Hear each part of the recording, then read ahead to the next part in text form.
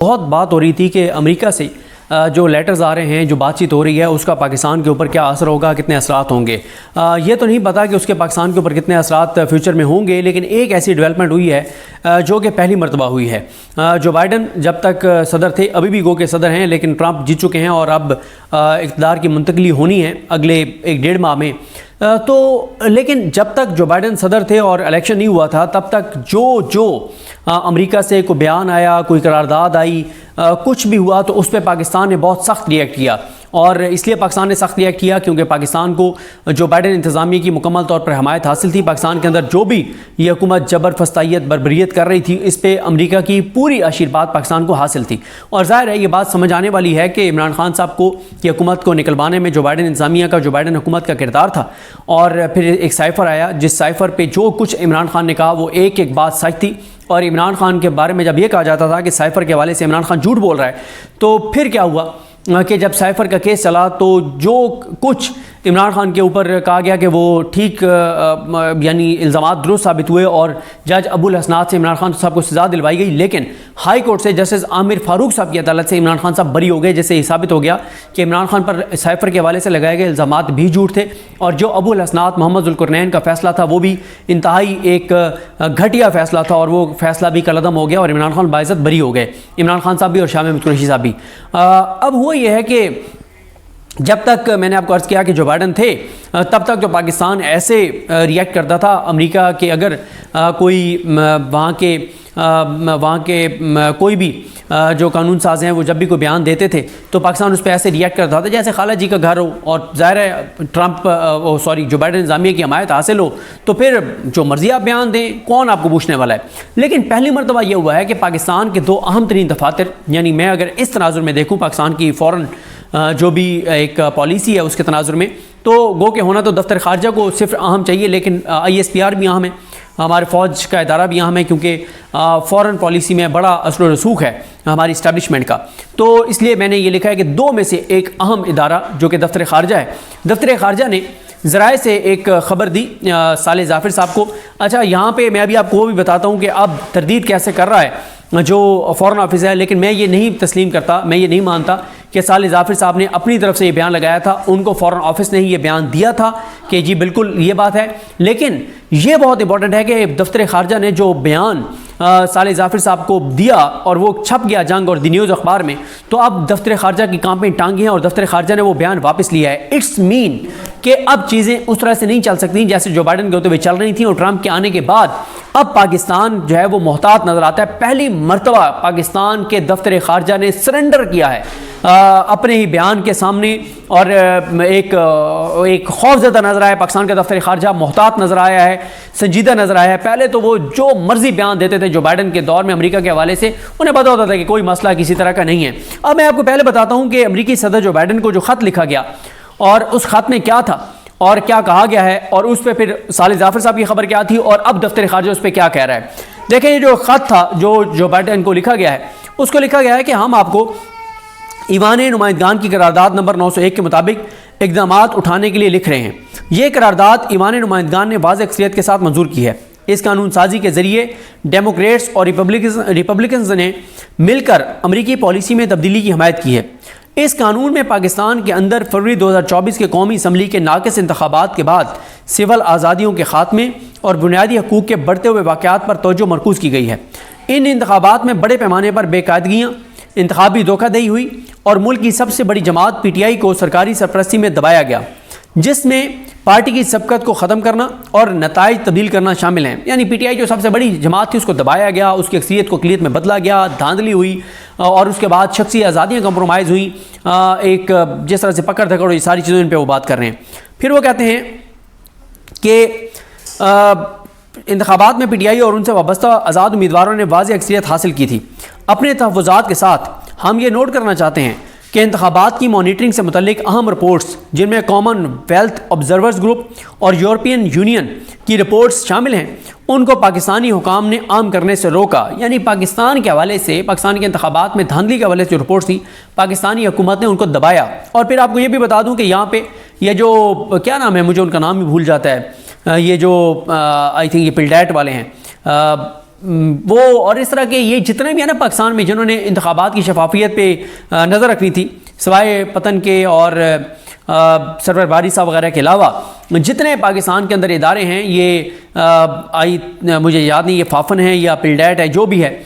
جس کا میں ذکر کر رہا ہوں، جن کے سردار نے بڑی ایک حق میں حکومت کے حق میں بیانات دیے ہیں، تو اس طرح کی جو فافن ہے یا بلڈیٹ ہے ان کی وہ سٹرونگ رپورٹس ہمیں نظر نہیں آئیں انتخابی دھاندلی کے اوپر جو ہونی چاہیے تھی، سوائے اس کے جو میں نے آپ کو بتایا کہ سرور باری صاحب اور ان کی جو ایک تنظیم ہے انہوں نے بڑا زبردست آپریشن کیا اس الیکشن کا، انہوں نے زبردست پوسٹ مارٹم کیا، ورنہ تو پاکستان نے یہ داد دیجیے پاکستانوں کو کہ جو بیرونی فنڈنگ ہوتی ہے جن یہاں پہ تنظیموں کو کہ آپ نے پاکستان کے اندر انتخابات پہ نظر رکھنی ہے، پاکستان نے ان تنظیموں کو بھی خرید لیا ہے، ان کے سربراہوں کو بھی خرید لیا ہے، ان کو بھی کرپٹ کر لیا ہے، ان کو بھی پیسے کے نشے پہ لگا دیا ہے، وہ بھی اس حکومت کے ساتھ کھڑے ہوئے نظر آتے ہیں، یا کوئی اور مفادات ہوں گے، پیسے نہیں لیے ہوں گے تو کوئی اور مفادات ہوں گے، کوئی بھی مفاد ہوں لیکن یا یہ ہو سکتا ہے کہ جو ان کو فنڈنگ کر رہے ہیں انہوں نے کہا ہو کہ آپ نے پاکستان کے انتخابات کو درست قرار دینا ہے اور اس طرح سے اس پہ آواز نہیں اٹھانی۔ اس کے بعد یہ کہہ رہے ہیں کہ انتخابات کے وقت سے حالات بہت خراب ہو چکے ہیں، سول آزادیوں پر، یہ جو بائیڈن کو لکھے گئے خط میں جو لکھا ہوا ہے، انتخابات کے وقت سے حالات بہت خراب ہو چکے ہیں، سول آزادیوں پر مسلسل پابندیاں عائد کی جا رہی ہیں، خصوصی طور پر اظہار رائے کی آزادی پر اختلاف ختم کرنے کے لیے پاکستانی حکام انتہائی آمرانہ طریقے استعمال کر رہے ہیں، جس میں بڑے پیمانے پر عوام کی گرفتاریاں، من مانے طریقے سے لوگوں کو زیر حراست رکھنا اور سوشل میڈیا پلیٹ فارمز کے خلاف فائر وال لگانا شامل ہیں۔ اس بارے رپورٹس موصول ہو رہی ہیں کہ ان اقدامات کے نتیجے میں انٹرنیٹ تک رسائی اور اس کی رفتار انتہائی کم ہو گئی ہے۔ ہماری تشویش کا مرکزی نقطہ سابق وزیراعظم عمران خان کو غیر قانونی طور پر قید میں رکھنا ہے، جنہیں پاکستان کا سب سے مقبول لیڈر تصور کیا جا رہا ہے۔ منمانی قید کے خلاف اقوام متحدہ کے ورکنگ گروپ، ایمنسٹی انٹرنیشنل اور پوری دنیا کی بڑی بڑی انسانی حقوقی تنظیموں نے عمران خان کی فوری رہائی کا مطالبہ کیا ہے۔ بہت سارے کارکنان جو 1 سال سے زیادہ عرصے تک پابند سلاسل ہیں، یہ رہنما سابق وزیراعظم عمران خان کی جماعت پی ٹی آئی سے وابستہ ہیں، جن میں party leaders doctor Yasmin Rashid اور شاہ محمود قریشی شامل ہیں۔ ظاہر ہے شاہ محمود قریشی صاحب، یاسمین راشد صاحبہ، اعجاز چودھری صاحب، عمر سرفراز سیما صاحب، میاں محمود رشید صاحب، حسان نیازی، حیدر مجید، یہ چند نام ہیں، باقی بھی بہت سے نام ابھی تک جو ہے وہ زیر حراست ہیں، اور ملٹری کورٹس کے پاس 85 لوگ ہیں۔ آگے انہوں نے کہا ہے کہ ہم فوری طور پر امریکی حکومت سے مطالبہ کرتے ہیں کہ وہ سابق وزیراعظم عمران خان اور تمام سیاسی قیدیوں کی فوری رہائی کے لیے کارروائی کریں اور اقوام متحدہ کے ورکنگ گروپ کی رپورٹ کے اخذ کردہ نتائج کے مطابق ان کے تحفظ کو یقینی بنائیں، یعنی عمران خان صاحب کے تحفظ کو یقینی بنائیں۔ اس خطرناک پیش رفت کو دیکھتے ہوئے ہم اسلام آباد میں موجود امریکی سفارت خانے کے طرز عمل میں فوری تبدیلی کی توقع رکھتے ہیں، یعنی وہ یہ مان رہے ہیں کہ امریکی جو یہاں پہ سفیر ہیں، سفارت خانہ ہیں، وہ اس حکومت کے ساتھ ملے ہوئے ہیں اور اس حکومت کو سپورٹ کر رہے ہیں، اس حکومت کی جبر، فسطائیت اور بربریت کو اور جزیدیت کو۔ تو وہ کیا کہہ رہے ہیں کہ وہ کہہ رہے ہیں کہ اس خطرناک پیش رفت کو دیکھتے ہوئے ہم اسلام آباد میں موجود امریکی سفارت خانے کے طرز عمل میں فوری تبدیلی کی توقع رکھتے ہیں۔ ہم اس حوالے سے پاکستانی نژاد امریکیوں کے خدشات دور کرنے کے لیے امریکی سفارت خانے کے اقدامات سے واقف ہیں، جس میں سیاسی قیدیوں کی فوری رہائی، انسانی حقوق کی بحالی اور جمہوری اصولوں کے احترام کے لیے کی جانے والی کارروائیاں شامل ہیں۔ کہ اگر امریکہ کا جو سفارت خانہ ہے پاکستان میں، وہ بے گناہ قیدیوں کی رہائی کے لیے اس نے کچھ کیا ہے یا کر رہا ہے، انسانی حقوق کی بحالی کے لیے اس نے کچھ کیا ہے یا وہ کر رہا ہے، یا جمہوری اصولوں کے احترام کے لیے اس نے کچھ کیا ہے یا کر رہا ہے، تو ہم کم از کم وہ کہہ رہے ہیں کہ ناواقف ہیں۔ وہ کہہ رہے ہیں کہ انتخابات کے فوری بعد پاکستانی نژاد امریکی کمیونٹی اور متعدد کانگریس کے ممبران نے نئی حکومت کو تسلیم کرنے سے پہلے انتخابات کی تحقیقات کرنے کا مطالبہ کیا تھا۔ امریکی سفارت خانے نے بیان جاری کر کے نئی حکومت کو خوش آمدید کہا۔ 5 مہینے بعد نیویارک ٹائمز نے ایک رپورٹ دی جس میں کہا گیا تھا کہ پاکستان کی نئی حکومت اپنی قانونی حیثیت قائم کرنے کے لیے تگ و دو کر رہی ہے، اور رپورٹ میں نئی حکومت پر تنقید کرتے ہوئے کہا گیا کہ اس حکومت کے پیچھے فوج ہے۔ ہم یہ بات سمجھتے ہیں کہ امریکی سفیر بلوم اگلے چند ماہ میں اپنے عہدے سے سبکدوش ہو رہے ہیں، اور ہم آپ اور آپ کے جانشین سے مطالبہ کرتے ہیں، جو بائیڈن کو کہہ رہے ہیں کہ آپ اور آپ کے جانشین سے مطالبہ کرتے ہیں کہ آنے والا سفیر بنیادی انسانی حقوق اور جمہوری اقدار کی اہمیت کو تسلیم کرتے ہوئے اس کی پاسداری کو یقینی بنائیں گے کہ جو اگلا سفیر ہوگا وہ اس سفیر کی طرح گھٹیا انسان نہیں ہوگا، وہ جو سفیر ہوگا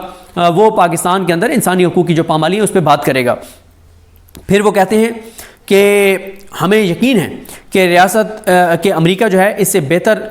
کر سکتا ہے اور کرے گا۔ ہمارے بنیادی اصول اور دیر پا مفادات دونوں ہمیں پاکستان سے متعلق امریکی پالیسی آگے بڑھانے پر مجبور کرتے ہیں، جس میں انسانی حقوق، انسانی وقار اور پاکستان کے لوگوں کی خواہشات کو مرکزی حیثیت حاصل ہے۔ وہ بھی یہ کہہ رہے ہیں کہ پورے ملک کو امریکہ نے اپنے خلاف کر لیا ہے، تو امریکہ اپنی پالیسی کو بدلے، پاکستان میں چوروں، ڈاکوں، لٹیروں کو اور انسانی حقوق کی پامالیوں والے کو سپورٹ نہ کرے، بلکہ پاکستانیوں کو بتائے کہ ہم پاکستان میں جبر، بربریت اور فسطائیت کے پیچھے ہم نہیں ہیں، بلکہ ہم تو چاہتے ہیں کہ پاکستان کے اندر انسانی حقوق کی پامالیاں نہیں ہونی چاہیے۔ آخر میں وہ کہتے ہیں کہ آخر میں ہمیں یقین ہے کہ بہت سارے اہم مفادات جس کا ہمارا ملک دیگر ممالک سے تبادلہ کرتا ہے، اس کو مؤثر اور مربوط انداز میں آگے بڑھایا جا سکتا ہے، اگر ان مفادات کے ساتھ ان ممالک میں جمہوری عمل اور بنیادی حقوق کے ساتھ مضبوط امریکی وابستگی بھی ہو۔ ان فوری نوعیت کے معاملات